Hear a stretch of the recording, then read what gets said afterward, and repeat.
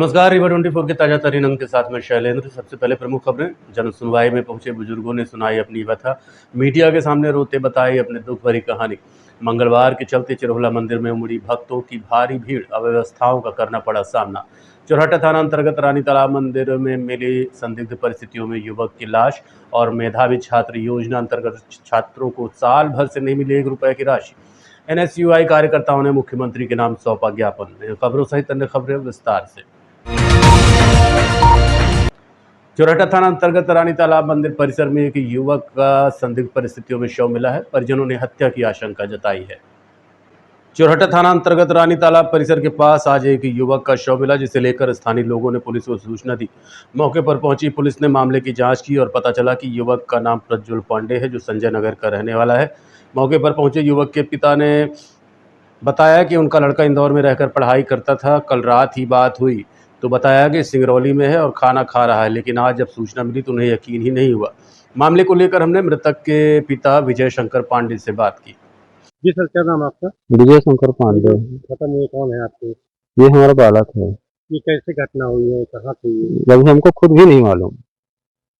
ये संपर्क हुआ था क्या? ये सिंगरौली गया था, कोई दोस्त है उनके यहाँ गया था, कुछ कार्यक्रम में गया था। अब परसों गया था रात में, और आज पता चला कि यहाँ लाश मिले कि कल मम्मी से ही बात हुई थी रात में, तो बताया कि ठीक ठाक रहा, खाना पीना खा रहा था। बताया कहाँ पता? सिंगरौली में। इनकी कोई मतलब दुश्मनी या फिर कुछ ऐसा? ऐसा तो हमको नहीं लग रहा कुछ भी। ये शांत था, ये ना कुछ खाता न पीता, कुछ नहीं करता रहा, नशा कभी जिंदगी में नहीं किया आज तक। क्या काम करते थे? ये पढ़ाई किया था, इंदौर में था। उसके बाद अब उसको जॉब के लिए था, तो वही हम वहाँ दुकान वगैरह भोपाल में ले रहे थे, कहीं अपना करेगा जॉब वगैरह। कल रात को क्या बजे तक? रात में हुई है करीब 9 बजे के आसपास। क्या बताया कि सिंगरौली में? हाँ, सिंगरौली है। मम्मी वो सब्जी मंगा लिए हैं, वो दोस्त हैं, रोटी मंगा के खाएंगे, ये सब बातें का कहा था। हमारी बात कम, हमारे सामने ज्यादा नहीं बोलता था ये। क्या लगता है सिंगरौली गए होंगे या नहीं गए? अब ये हमको नहीं मालूम, देखिए, क्योंकि इनके साथ कोई नहीं था, अकेले गया था रात में ना। वो लड़का बगल में हमारे रहता है, वो छोड़ा है बस स्टैंड तक। कुछ बैग वैग लिए थे? हाँ, बैग लिया था, कपड़े उपड़े लिया था। कुछ नहीं मिला। मोबाइल बैग बताए तो हैं, कपड़े हैं, मोबाइल तेल वगैरह सब है। मोबाइल मिला क्या? नहीं, मोबाइल नहीं बता सकते। चार्जर है बल्कि हमको खुद भी नहीं मालूम, तुम लोग बताए तो हम आए हैं, हम तो देख ही नहीं रहे थे। किनका? मंगलवार के चलते चिरहुला मंदिर में भारी भीड़ देखी गई, जिससे दर्शनार्थियों को मुश्किलों का सामना करना पड़ा। रीवा का चिरहुला मंदिर प्रदेश ही नहीं बल्कि देश भर में अपना एक अलग महत्व रखता है। बजरंगबली के भक्त यहाँ प्रत्येक दिन पहुँचते हैं, लेकिन मंगलवार और शनिवार के दिन भक्तों की भारी भीड़ उमड़ती है, और ये भीड़ हर सप्ताह होती है। लेकिन मंदिर में भीड़ कंट्रोल करने के लिए कोई विशेष सुरक्षा व्यवस्था नहीं है। चंद पुजारियों के दम पर यह मंदिर चलता है। पुलिस बल भी पर्याप्त मात्रा में मौजूद नहीं है। विशेष त्योहारों को छोड़ दें तो यहाँ पुलिस व्यवस्था ना के बराबर होती है। आज चिरहुला मंदिर में मंगलवार के चलते भक्तों का तांता लग गया। भारी भीड़ उपस्थित रही, जिसके कारण मंदिर में दर्शन करने के लिए लोगों को घंटों इंतजार करना पड़ा। मंदिर के दर्शन के लिए आए भक्तों और पुजारी से इस संबंध में हमने बात की।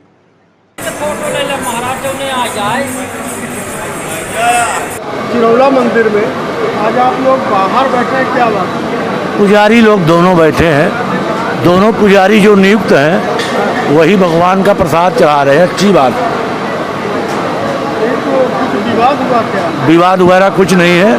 अभी पुजारी लोग प्रसाद चढ़ा रहे हैं, विद्यार्थी लोग नहीं बैठे हैं। पुजारी दो नियुक्त हैं, दोनों हैं। विद्यार्थी क्यों नहीं बैठे? विद्यार्थी पूजा पाठ वाले पंडित हैं, उन्हीं को पुजारी बैठाते थे, तो आज नहीं बैठाएं। व्यवस्था सुधार रहे हैं, व्यवस्था सुधार रहे। पुजारी ही बैठे और प्रशासन और भीड़ के देख करके और अन्य पुजारियों की यहाँ नियुक्ति करे, जिससे यहाँ अच्छी व्यवस्था बने। लोग लाइन से आएँ, प्रसाद चढ़ाएँ, दर्शन करें, कोई असुविधा न हो। काफी भीड़ है, सुबह सुबह तब दो पुजारी है, प्रशासन आगे व्यवस्था करे। दोनों पुजारी प्रसाद चढ़ा रहे हैं और लाइन नहीं लगी है। पुलिस कम है, एक महिला पुलिस भर है, उसके वजह से अब कैसे व्यवस्था बन सकती है? जब तक यहाँ व्यवस्था सही ढंग से प्रशासन नहीं करेगा, लक्ष्मण बाग में महंत नियुक्त नहीं होंगे, जब तक कोई भी व्यवस्था सही नहीं हो पाएगी। क्योंकि यहाँ आए दिन बड़ी भीड़ नित्य भंडारा हो रहे हैं। अब व्यवस्था है। आप बढ़िया व्यवस्था है। आज की व्यवस्था से हम बहुत प्रसन्न हैं। ऐसा ही होना चाहिए कि दोनों पुजारी बैठ के बढ़िया प्रसाद चढ़ाएं और बढ़िया व्यवस्था करें। में आया था, इसमें क्या है कि काफ़ी भीड़ है, लोगों की काफ़ी संख्या ज़्यादा है और हम सभी भक्तजनों को भगवान के प्रसाद अर्पण करने में काफ़ी समस्याएं क्रिएट हो रही हैं। जो बहू बेटियां हैं और साथ में समस्त नागरिक हैं, वो काफ़ी संघर्षपूर्ण यहाँ पे आके प्रसाद चढ़ा रहे हैं। इसलिए निवेदन है कि कलेक्टर महोदया से या फिर जो कार्य समिति के अध्यक्ष हैं, जो सभी व्यक्ति इसमें मौजूद हैं, वो प्रॉपर तरीके से हम सभी का निदान करें और हम सब इस समस्या का समाधान, हम लोग की समस्या का समाधान हो सके और हम सब लोग प्रॉपर तरीके से भगवान त्रिभुवनाथ स्वामी के दर्शन कर सकें। और इसमें जो और सदस्य हैं कमेटी के और जो पंडित जी लोग हैं वो यहाँ पे विद्वान हैं, उनको हमें नहीं लग रहा कि वो सभी किसी के द्वारा मना किया गया है। मेरा निवेदन है कि हम सभी भक्तजनों का कलेक्टर साहिबा से या जो कि इस संस्था के अध्यक्ष महोदय हैं उनसे निवेदन है कि उन महानुभावों को जो इस मंदिर परिषद में अपनी सेवा प्रदान करते हैं त्रिभुवनाथ स्वामी के, उसमें उन सभी को इस समस्या में हम सभी का सहयोग करें और वहाँ पे मंदिर में जो व्यवस्थाएं हैं उसको प्रॉपर तरीके से मेंटेन करें। यही मेरा अनुरोध है, यही निवेदन। कुछ पुजारी कम पड़ रहे हैं, बाहर बैठा दिए गए हैं, क्या है कि यहाँ पे मंगलवार के चलते आज जन सुनवाई आयोजित की गई, जिसमें कई प्रकरणों का निपटारा किया गया, वहीं कुछ को आश्वासन मिला। प्रत्येक मंगलवार कलेक्ट्रेट में जन सुनवाई का आयोजन किया जाता है, जिसमें सभी विभागों के अधिकारी बैठते हैं और कोशिश करते हैं कि त्वरित निराकरण हो सके। आज जन सुनवाई के दौरान कई राजस्व के मामले सामने आए। पिपराछा सिमरिया से आए रामाश्रय सिंह ने बताया कि उनकी ज़मीन का प्रकरण चल रहा है। 2 बार कोर्ट से जीते भी, लेकिन अगला पक्ष अब हाई कोर्ट चला गया है। वहीं पटवारी लगान नहीं जमा कर रही है और फ़ोन बंद कर देती हैं। अब सुनिए क्या कहना है सेवानिवृत्त शिक्षक रामाश्रय सिंह का। क्या नाम है आपका? मेरा नाम रामाश्रय सिंह। कहाँ से आए आप? सेवानिवृत्त शिक्षक, ग्राम पिपराछा, पोस्ट लौलाज, थाना तहसील कोटर। Mobile number 9753। क्या समस्या लेके आए हैं यहाँ पे? समस्या ले हैं, हमारी ज़मीन सिमरिया के पास जरमई है, हम लगान देना चाहते हैं, पटवारी लगान नहीं लेते। तहसीलदार आदेश कर दिया, तहसीलदार का आदेश नहीं मानती, वो रीवा में रहती है, कभी हल्का नहीं जाती। कहती जाओ कह दो कलेक्टर के पास दे जाऊँ, मैं नहीं जाऊँगा, न लूँगा लगान। अब फ़ोन नहीं उठाती। 4-5 आदमी से बात करवाई। पटवारी का नाम क्या है? अरे ये दादी में भी इतना याद कर रहे हो तो हल्का पटवारी जरमई। जमीन में विवाद चल रहा है क्या? हाँ, किसका विवाद चल रहा है? विवाद है, हमार जमीन का कब्जा लिखा ली थी, हाई कोर्ट में मुकदमा, हम मजिस्ट्रेट सिरमौर से जीत गई और कलेक्टर जज से जीत गई और हम वो परेशान करके ले गए हाई कोर्ट। क्या करेगा? 2 जगह से हम जीत गए, मजिस्ट्रेट से जीत गए, पोखर टीप कोड़ी करा दी, बनावटी कर दी जज, तो हमारी ज़मीन नहीं छोड़े, चला गया हाई कोर्ट। हाई कोर्ट से स्टे मिलेगा उसको। वहीं जन सुनवाई में एक बुजुर्ग महिला ने बताया कि उनके जेठ के लड़के और बहू उनके साथ मारपीट करते हैं, उन्हें उनका हिस्सा नहीं दे रहे हैं और घर से निकालने की कोशिश कर रहे हैं। उनके लड़का नहीं है, एक लड़की है जिसे उन्होंने अपनी तरफ कर लिया है। हालांकि बुजुर्ग महिला अपने मामले में ठीक से बोल नहीं पा रही थी और प्रकरण समझा नहीं पा रही थी, लेकिन समाज में किस तरह से विद्रूपता है, इस बुजुर्ग महिला को देखकर अंदाज़ा लगाया जा सकता है कि संसार में कोई सगा नहीं होता। थोड़ी सी जायदाद के लिए कब कौन दुश्मन बन जाए भरोसा नहीं है। तिलखन से आए हैं? हाँ, तिलखन से आए हैं। का दिक्कत का है? हमारा दिक्कत यह है कि हम दशहरा का आए रहे, तो हम कहीं गाँव जाए तो जेठौत की पतो पटेहरा के आए तो कहीं आए कौन पटौह लेबे, घर लेबे, तो हम कहें तो कहाँ जैदू रही है। फिर हमका मार हटिला तो मारी सीखई हमरे साथे को कुछ न कर पाई या जहाँ जाके यह विपत्ति है। जेठाउन के लड़का को मार के भगावे चाहे हाँ हिंसा पाई जेठाऊ तो ले यहाँ तक पैसा लाई चुके तो मार हाँ अब तो जबरा बनी हाँ तब अब कहाँ भीख मांगी मांगबो करो तो याद तो नहीं आ रहा है क्या तो बनाओ खाओ। और आपके लड़के बच्चे नहीं हैं? नहीं यहाँ हिंसा है, लड़का नहीं है लड़की है तो लड़की अपने घरे दुआरे लड़की के जटिलीन कि हम भाई हो तो बहनी हो भी, यह दिक्कत ही है। अत्याचारी से पैसा नहीं करा रहा तो हम फोटो न खिंचवाओ तो फिर जात गोड़े दिया बिटिया की तो फिर बिटिया हमार कही अकिल दी की उतरवा ली फोटो। हम कहें ना हम फोटो काहे उतरवा ली थी जल्दी से और अब नाउन के सब मेर के सुख दी ही तो हम ना उतरवा तो कहीं तो नाव वहाँ लिखा गई हम कहना वो कैसे उतरवा तो रसीद जाए का भाग दी कहीं फोटो वाले कहीं रसीद कहीं वो बदमाश भाग दी। मऊगंज विधायक प्रदीप पटेल ने आज देहदान किया। ये देहदान उन्होंने अपने पिता की प्रेरणा से किया। मऊगंज विधायक इन दिनों लगातार सुर्खियों में बने हुए हैं, ज़्यादातर राजनीतिक चर्चा ही रहती है, लेकिन आज एक प्रेरक खबर आई। विधायक मऊगंज प्रदीप पटेल ने अपने पिता से प्रेरित होकर देहदान किया। इसके लिए बाकायदा संजय गांधी अस्पताल पहुंचे और सभी औपचारिकताएं पूरी की। उन्होंने कहा कि हमारा शरीर नश्वर है और कब क्या हो जाए कोई भरोसा नहीं है, लेकिन अगर हम देहदान करते हैं तो इससे कई लोगों को लाभ मिलता है। हालांकि इस बीच भी उन्होंने राजनीति करनी नहीं छोड़ी और कहा कि उन पर कई बार हमला हो चुका है, कब उनके साथ कुछ हो जाए कुछ कहा नहीं जा सकता। देहदान यहाँ करने के लिए आए थे। कल ही मैंने यहाँ कॉलेज में मैंने खबर की थी और आज मैं आया हूँ और फॉर्म भर करके मैंने हमारे डीन को सौंप दिया है और जो भी औपचारिकताएं हैं वो पूरी हुई हैं और बस मन में कैसे विचार आया कि देहदान अब फादर ने किया है इसलिए। और अभी अब देखिए क्या है, शरीर का कोई भरोसा नहीं है, कब बीमारी से, कब दुर्घटना से, कोई घटना से, किस प्रकार का क्या। मेरे ऊपर 3 बार ऐसे हमले भी हुए और भी कई बातें हैं, तो दिन रात आदमी चलता रहता है, कहाँ कौन सी चीज़ आ जाए कुछ कहा नहीं जा सकता।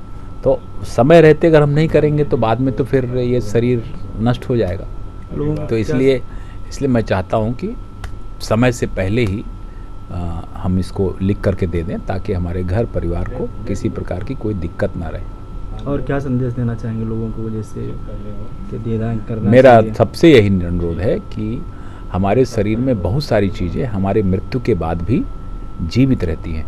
आँख दे सकते हैं, आपके किडनी दे सकते हैं, और भी बहुत सारी चीज़ें होती हैं। ब्रेन डेड हो जाता है तो उसके बाद शरीर में बहुत सारी चीज़ें हम लोगों को डोनेट कर सकते हैं। तो इसलिए मैं चाहता हूं लोगों से कि भाई अपने शरीर में जब आप नहीं रहोगे तब आपके शरीर का उपयोग होने वाला है, तो कोई बुराई नहीं है। तो आपके माध्यम से किसी और शरीर को हम जीवित कर सकते हैं। एक व्यक्ति कई लोगों को, किसी को आँख चली गई, किसी को किडनी, किसी को कुछ चीज़ें चली गई, तो कई लोगों को जीवन दान दे सकता है। तो लोगों को इस दिशा में आगे आना चाहिए ताकि हम एक दूसरे की मदद कर सकें। वहीं इस संबंध में संजय गांधी अस्पताल के डीन डॉक्टर सुनील अग्रवाल ने अस्पताल प्रबंधन और समाज की ओर से धन्यवाद ज्ञापित किया और कहा कि ये समाज उनका हमेशा ऋणी रहेगा। जो अपने पिताजी से प्रेरणा लेकर, और शरीर सब जानते हैं कि नश्वर है, और उसके तहत अपना जो देहदान उनके पिताजी ने इस मेडिकल कॉलेज को भी दिया और उसी के तहत वो भी अपना देहदान दे रहे हैं, जो हमारे छात्रों के लिए और मेडिकल की रिसर्च के लिए तो काम में आएगा ही आएगा। और लेकिन ऐसे समाज से भी जो जीवित काल में अपने समर्पण भाव से जनता की सेवा में तन मन धन से लगे हुए हैं और वह मृत्यु के उपरांत भी अपना सब कुछ समाज के लिए, देश के लिए देना चाहते हैं, तो ऐसे प्रेरणादायी व्यक्तियों से हमारे समाज को प्रेरणा लेनी चाहिए। और एक व्यक्ति 9 जिंदगियां करीब बचा सकते हैं ऑर्गन्स को अपने अलग अलग व्यक्तियों को देके। तो ये ऐसा उन्होंने संकल्प लिया है और हम उनके आभार व्यक्त करते हैं मेडिकल कॉलेज की तरफ से, अपने छात्रों की तरफ से, समाज की तरफ से अपने, कि ऐसा संकल्प और भी लोग लें और हम उनके परिवार का, हमारा ये मेडिकल कॉलेज ऋणी है कि उन्होंने अपना पिताजी भी ने भी दिया और इन्होंने भी दिया। धन्यवाद। खाद्य विभाग की टीम ने आज शहर स्थित 2 मिष्ठान भंडारों पर कार्रवाई की। कलेक्टर रीवा प्रतिभा पाल के निर्देशानुसार इन दिनों खाद्य विभाग की कार्रवाई जारी है। इसी कड़ी में आज खाद्य विभाग की टीम ने बंगाल स्वीट्स और कान्हा स्वीट्स की जांच कराई। जांच के दौरान खाद्य पदार्थों के सैंपल लिए गए। बंगाल स्वीट्स में साफ सफाई उचित न होने पर नोटिस भी थमाया गया।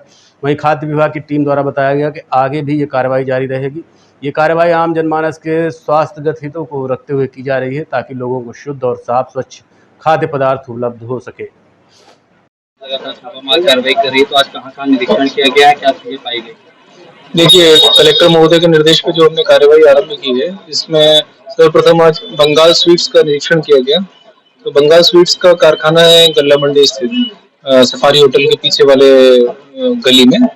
वहां पर नापतोल विभाग के साथ संयुक्त कार्रवाई की गई, जिसमें नापतोल विभाग को एक कांटा मिला है जिसमें सील नहीं थी, और हमारे द्वारा वहां पे निरीक्षण के दौरान 2 खाद्य पदार्थों के, एक रबड़ी और एक कलाकंद, जांच हेतु नमूने लिए गए हैं। साथ में वहां स्वच्छता की थोड़ी कमी पाई गई फैक्ट्री में, तो इस संबंध में उन्हें इम्प्रूवमेंट नोटिस दिया जा रहा है। इसके पश्चात हमारे द्वारा ये धोबिया टंकी में कान्हा स्वीट्स, इस पे नमूना निरीक्षण की कार्रवाई की जा रही है। निरीक्षण के दौरान हमारे द्वारा यहाँ पे कलाकंद, बेसन के लड्डू, मिल्क केक और बर्फी, ये 4 खाद्य पदार्थों की जांच कराई जा रही है कि इनमें शुद्धता, इनके द्वारा शुद्धता के मानक रखे गए हैं या नहीं रखे गए हैं। अभी तक क्या देखने को मिला निरीक्षण के दौरान? यहाँ पे फैक्ट्री भी जो है, कारखाना भी, तो उनका क्या निरीक्षण था? अभी तो सैनिटेशन हाइजीन कान्हा स्वीट्स का तो मेंटेन दिखा है अभी तक हमने जो देखा है। जमीनी विवाद में जान से मारने की धमकी देने और पुलिस द्वारा कार्रवाई न करने पर पीड़ित ने आज एसपी कार्यालय पहुंचकर न्याय की गुहार लगाई। चोरहट्टा थाना अंतर्गत तिघरा के रहने वाले उपेंद्र कुमार द्विवेदी ने बताया कि उनकी जमीन पर राजकुमार द्विवेदी, रामदास द्विवेदी, प्रदीप द्विवेदी, अमित द्विवेदी, रामलोटन द्विवेदी, ड्राइवर पिंटू कोल, जो सभी तिघरा के रहने वाले हैं, उनकी जमीन पर जबरन जुताई कर रहे हैं। जब मना किया तो जान से मारने की धमकी देने लगे। उपेंद्र द्विवेदी ने बताया कि मामला न्यायालय में पंजीबद्ध है। इसके अलावा सिविल कोर्ट में भी मामला पंजीबद्ध है, लेकिन आरोपी दबंगाई के चलते उनकी जमीन जोत बो रहे हैं, जिसका विरोध करने की धमकी दे रहे हैं। और वहीं पुलिस को भी कई बार सूचना दी गई, लेकिन पुलिस ने कोई कार्रवाई नहीं की। लोग जबरदस्ती जोत रहे हैं। इसका नंबर हमारा 511/2 है, वो हमारे नाम से खसरा उनका है और नक्शा सब कुछ है, और मामला चल रहा है कोर्ट में, फिर भी वो जबरदस्ती जोत रहे हैं। क्या नाम है उनका? उनका नाम है राम कुमार द्विवेदी, प्रदीप कुमार द्विवेदी, अमित द्विवेदी और रामदास द्विवेदी। राम मनोहर द्विवेदी के ट्रैक्टर था, और इनके द्वारा आपने मना नहीं किया? मना करने पर उन्होंने मारने के लिए दौड़ रहे थे और गाली गलौज कर रहे थे। तो आपने थाने में रिपोर्ट की? थाने में रिपोर्ट, हाँ, 3-4 बार किए, 5 दफ़ा बार किए, मगर कोई कार्रवाई आज तक नहीं हुई हमारी। आपका केस कहीं चल रहा है? हाँ, हमारा केस चल रहा है, न्यायालय में चल रहा है और सिविल कोर्ट में भी चल रहा है। आज तक कुछ नहीं हुआ, फिर भी ये जबरदस्ती ये लोग जोतते हैं। मना करने पर मारने के लिए धमकी देते हैं कि जान से मार देंगे, कहीं भी पाएंगे तो हमारा कुछ निकल लोगे और मैं जोतूंगा किसी प्रकार के। देखते रहिए Rewa 24 news, city cable network. मिलते हैं छोटे से ब्रेक के बाद।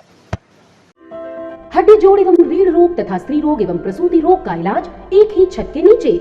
विघ्नहर्ता hospital and trauma centre, hotel landmark के पास, रतहरा, रीवा। डॉक्टर संतोष सोनी, पूर्व चिकित्सक, बॉम्बे हॉस्पिटल, मुंबई। हड्डी जोड़ एवं रीढ़ रोग विशेषज्ञ, छोटे चीरे एवं दूरबीन विधि द्वारा हाथ तथा पैर की हड्डियों का ऑपरेशन। गठियाबात, जटिल एवं बिगड़े हुए फ्रैक्चर का बेहतर इलाज करते हैं डॉक्टर संतोष सोनी। विघ्नहर्ता हॉस्पिटल ट्रॉमा सेंटर में ही स्त्री एवं प्रसूत रोग विशेषज्ञ डॉक्टर शैलजा सोनी भी उपलब्ध हैं, जिनकी देखरेख में नॉर्मल डिलीवरी, सिजेरियन ऑपरेशन एवं बच्चेदानी से संबंधित ऑपरेशन की बेहतर सुविधा। संतानहीन दंपत्ति तत्काल संपर्क करें। विघ्नहर्ता hospital and trauma centre, hotel landmark के पास, रतहरा, रीवा। सुविधाजनक एवं सफल इलाज हेतु आज ही संपर्क करें। विघ्नहर्ता hospital and trauma centre, hotel landmark के पास, रतहरा, रीवा। मोबाइल नंबर 7828781983 अथवा 8462956774 पर। लोकायुक्त संभाग रीवा की कार्रवाई में आज हीरामणि तिवारी सहायक ग्रेड भू अर्जन अधिकारी शाखा को 1000 रुपए की रिश्वत लेते गिरफ्तार कर लिया गया। लोकायुक्त संभाग द्वारा की गई इस कार्रवाई के संबंध में जरौट के रहने वाले सुनील पांडे ने बताया कि हीरामणि तिवारी ने जमीनी मुआवजा के लिए अवार्ड राशि 2,62,097 रुपए के लिए 1,000 रुपए की रिश्वत मांगी थी, जिसकी शिकायत लोकायुक्त से की गई। प्रकरण की जांच होने पर मामला सही पाया गया, जिस पर एक अधिकारियों ने टीम बनाकर हीरामणि तिवारी को आज कलेक्ट्रेट कार्यालय के चेंबर से 1,000 रुपए की रिश्वत लेते गिरफ्तार कर लिया। आरोपी इसके पहले भी 1,500 की रिश्वत ले चुका था। पूरा मामला बाढ़ सागर नहर भू अर्जन से मिलने वाले मुआवजे को लेकर था। इस संबंध में हमने पीड़ित सुनील पांडे और लोकायुक्त अधिकारी से बात की। पांडे आवेदक पुलिस अधीक्षक से आके मिले और उनके द्वारा बताया गया कि बाढ़ सागर परियोजना नहर परियोजना में मेरे पिताजी के नाम से जमीन है जो अधिग्रहित की गई है, उसका मुझे 2,62,997 रुपए अवार्ड का भुगतान होना है, जो 2017 से मामला पेंडिंग है। आज दिनांक तक भुगतान नहीं हुआ है। इस संबंध में जब ये कलेक्ट्रेट स्थित भू अर्जन अधिकारी के बाबू श्री हीरामणि तिवारी सहायक ग्रेड 3 से मिले तो उनके द्वारा बातचीत के दौरान 1,500 रुपए ले लिए गए एवं और रुपयों की मांग की गई। तब उन्होंने यहाँ पे पुलिस अधीक्षक महोदय को आवेदन दिया और उनके निर्देश पर उसका शिकायत सत्यापन कराया गया। शिकायत सही पाए जाने पर आज 1,000 रुपए रिश्वत लेते हुए उनको गिरफ्तार किया गया है। मैडम, मेरा मुआवजा जो है तो नहीं मिल पा रहा है। पिताजी मेरे कोविड-19 में गुजर गए, तो फिर जो बारिशाना में है तो वो ज़मीन मेरे और मेरे माताजी के उसमें बारिशाना में उतर आई थी। तो फिर हम सभी लोगों ने आपसी सहमति के उसमें ये था कि माताजी के खाते में पैसा डाल दिया जाए, बाकी सभी लोगों को इसमें अलग अलग वही कार्यवाही करनी पड़ेगी तो और ज़्यादा दिक्कत होगी। तो मैंने अपने माताजी के नाम से जो है तो शपथ पत्र बनवा के और पूरे डॉक्यूमेंट कंप्लीट करवा के यहाँ पे जो है तो कलेक्टर कार्यालय में आवक जावक में जमा करवा दिया था। वहाँ से फिर जो है तो कलेक्टर मैडम के पास गया, वहाँ समय लग रहा था मुआवजा उसमें, तो मैं कलेक्टर मैडम के पास गया था जन सुनवाई में। वहाँ जन सुनवाई में गया तो उन्होंने फिर कलेक्टर मैडम ने बोला आप भू अर्जन अधिकारी के पास चले जाइए। फिर मेरी मुलाकात जो है तो इनसे हुई, श्री हीरामणि तिवारी। ये भू अर्जन कार्यालय में वहीं बैठते हैं, फाइल वाइल सब यही काम करते हैं। इनके पास गया तो ये बोले हो गया, ठीक है, काम हो जाएगा। वैसे तो 2-3 महीने लगता है, लेकिन काम हो जाएगा, थोड़ा उसमें कुछ खर्चा पानी देना पड़ेगा। तो मैंने इनको जो है तो 1,500 रुपये दे दिया था। फिर जो है तो मैंने इनसे संपर्क किया कि सर मेरा अभी तक जो है तो पैसा नहीं डाला गया है। तो इन्होंने बोला कि आपका जो है तो अमाउंट कुछ ज़्यादा है, पैसा सभी को देना पड़ता है थोड़ा थोड़ा, कुछ और पैसा जमा करवा दीजिए। तो फिर 1,000 रुपये और मांग रहे हैं। तो फिर मैं वो उधार लेके आया था 1,000 रुपये, उनको जो है तो फिर वो 1,000 रुपये दिया। और 1,000 रुपये देने के पहले जो है तो मैं सर से संपर्क किया यहाँ लोकायुक्त कार्यालय में कि सर ऐसा ऐसा है, वहाँ पे बहुत समय ले रहे हैं और एक बार में बताए भी नहीं कितना पैसा लेना है। अब जब 1 महीने बीत गया तो फिर से बोल रहे हैं कि 1,000 रुपये और दो। तो फिर सर को बताया तो सर ने जो है तो यहाँ बोले आप दिक्कत ना लो, आपका काम हो जाएगा। देखते रहिए Rewa 24 news city cable network. मिलते हैं छोटे से ब्रेक के बाद। Painting point group of institutions BCI, PCI, AICTE नई दिल्ली व उच्च शिक्षा मध्य प्रदेश शासन द्वारा मान्यता प्राप्त तथा APSU रीवा और RGPV भोपाल से संबद्ध painting point group of institutions. हमारे यहाँ नियमित पाठ्यक्रमों में law courses BA LLB, LLB, LLM, BCom LLB, BBA LLB, management courses MBA, IT, finance, marketing, HR, BBA, pharmacy courses D pharmacy, B pharmacy, pharmacy के अलावा BA और group BBA, BCA, BCom, BSc, CS, PCM, BSc, CPZ, BSc biotech, MSc physics, chemistry, computer science व biotech, MA history, sociology, economics, MCom, MSW, PGDCA उपलब्ध हैं। सन 2002 से लगातार आपकी सेवा में तत्पर painting point group of institutions. हमारे यहाँ उपलब्ध सुविधाएं high tech infrastructure, highly qualified and experienced faculties, free bus facility for separate boys and girls, 500 computers with high-tech computer lab, AC auditorium, research level biotech lab, free e-library and e-journals। तो हमारा पता याद रखें, हमारा हेड ऑफिस है 24 हेडगेवार नगर, college चौक, रीवा। हमारे college campus हैं Karahiya Simaria road, Rewa और हरदी सिमरिया रोड, रीवा। अधिक जानकारी के लिए हमें इन नंबर्स पर संपर्क करें अपने बच्चों के उज्जवल भविष्य के लिए संपर्क करें Pentium point group of institutions. NSUI कार्यकर्ताओं ने आज कलेक्टर को मुख्यमंत्री के नाम मेधावी छात्र योजना को आरंभ किए जाने के संबंध में ज्ञापन सौंपा। मध्य प्रदेश शासन ने 75% से अधिक अंक लाने वाले छात्रों के लिए मेधावी छात्र योजना की शुरुआत की थी, जिसमें छात्रों की पढ़ाई के सहयोग के लिए 25,000 रुपये की सहायता राशि दी जानी थी।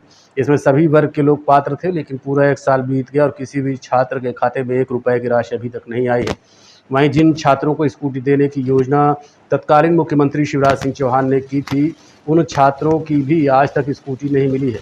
इन्हीं सब बातों पर ध्यान आकर्षित करने के उद्देश्य से NSUI छात्र संगठन के कार्यकर्ता अध्यक्ष पंकज उपाध्याय के नेतृत्व में आज कलेक्ट्रेट कार्यालय पहुंचे और ज्ञापन सौंपा।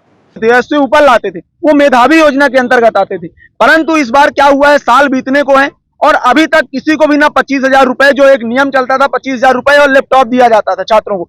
मुख्यमंत्री शिवराज सिंह चौहान जी थे, उन्होंने घोषणा की थी कि हम हर कॉलेज से जो छात्र टॉप करेंगे, एक छात्र और एक छात्राओं को एक स्कूटी प्रोवाइड करवाएंगे, जो छात्र टॉपर होंगे एक छात्र छात्राओं को। अभी तक वो भी नहीं हुआ। हम पूछना चाहते हैं मोहन यादव जी से, ये सभी छात्र हैं जो मेधावी छात्र के अंतर्गत आते हैं, अभी तक किसी को भी 5% छात्रों को या कहिए कि ये योजना की शुरुआत नहीं हुई, एक को भी लैपटॉप नहीं मिला, एक को भी 25,000 रुपए जो सहायता राशि दी जाती थी पढ़ाई के लिए, अभी तक प्रोवाइड नहीं की गई। हम लोग आज कलेक्टर मैडम के माध्यम से मुख्यमंत्री जी के नाम ज्ञापन देने आए हैं। हम लोगों की मांग है कि जल्द से जल्द इस पर कार्रवाई की जाए।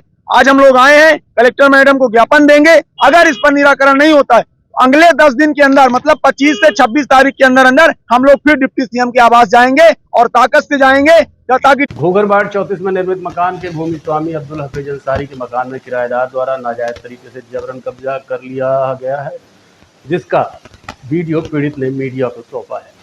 घोघरबाड़ 34 में निर्मित मकान के भूमि स्वामी अब्दुल हफीज अंसारी के मकान में किराएदार द्वारा नाजायज तरीके से जबरन कब्जा किया जाने का मामला प्रकाश में आया है, जिसका वीडियो पीड़ित ने मीडिया को सौंपा है। हालांकि इस संबंध में किसी भी ओर से न तो FIR दर्ज की गई और न ही किसी पक्ष का बयान अभी तक सामने आया है। आप पूछ लीजिए रजिस्ट्री किसके नाम पे है? रजिस्ट्री से मतलब नहीं है, न्यायालय में प्रकरण चल रहा है। रजिस्ट्री किसके नाम पे है? ये पूरा मकान मेरे नाम पे। जो आदमी अब इनको समझ में नहीं आ रहा है। न्यायालय में कोई न्यायालय तो आप उसी पैसा लेते इधर से उधर का, कोई न्यायालय पैसा नहीं लेता, न्यायालय नहीं लेता। आप भी अंकल पुलिस में हैं, अब आप ये बता दीजिए, पट्टा मेरे नाम है, ये मेरे किराएदार, मेरी चाची के किराएदार हैं, मकान मेरे नाम है, तो ये मकान कैसे मेरे नाम है? आज के अंक पे इतना ही। देखते रहिए रीवा 24 न्यूज़। नमस्कार।